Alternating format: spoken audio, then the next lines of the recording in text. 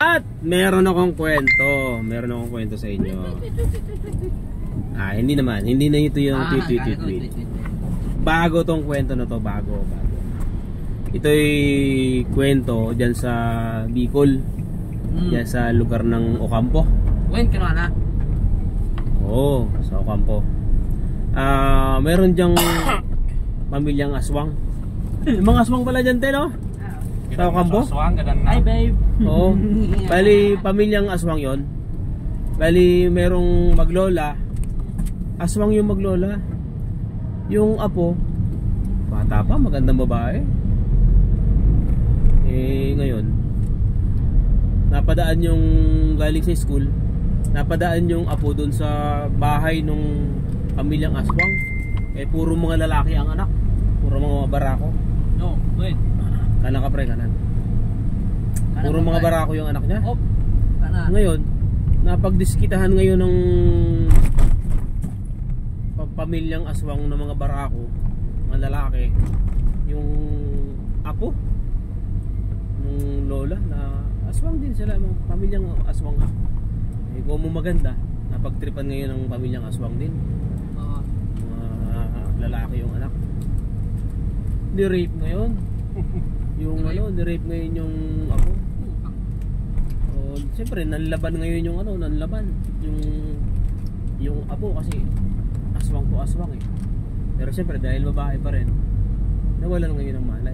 Doon na ngayon ni-rape, tiluyang ginahasa nung mga magkakapatid yung aswang. Babaeng apo, aswang din. Hindi naman pinatay, pero nung nagkaroon siya ng malay, di umiiyak siya, uwi sa bahay nila.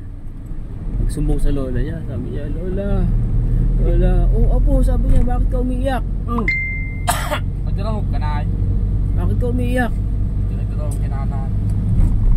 Sabi niya, kinahasa po ako nung kapitbahay natin, pamilyang mga aswang din. Ganun ba? Sabi ng apo, ng lola. Hayaan mo apo, igaganti kita. Sabi ng lola, igaganti kita. Siyempre, susugod siya dun sa pamilya ng aswang, mga lalaki yon.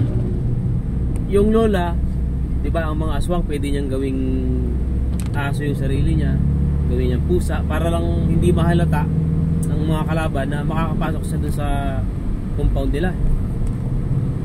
Ngayon, ang ginawa ng lola, ginawa niya yung sarili niya baboy. Ngayon, ang ginawa ng lola, di pasok siya doon sa compound.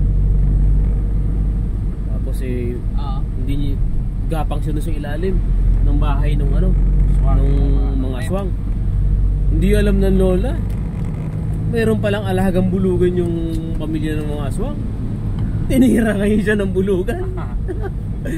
Tinira siya. Uwi siya sa bahay nung pagkatapos siya tirahin ng bulugan. Umiiyak din. Lola, sabi niya, naiganti mo ba ako? Sabi niya, buti pa kapakain niya, apo. Sabi niya, ang tumira sa'yo, tao. Sa akin, bulugan. Nya.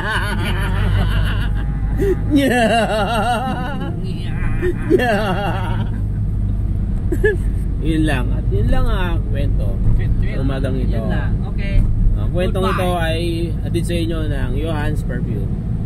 Alright? Mabango na. Mura na, mabango pa. At syempre pa, meron tayong car air freshener. Ayan, available na yan sa mga suking tindahan. Lalong-lalo na sa mga stopoveran sa pupuntang Bicol, mula Quezon hanggang Bicol. Alright, pangilikin niyo po ang ating produkto. Dire-diretso mo lang.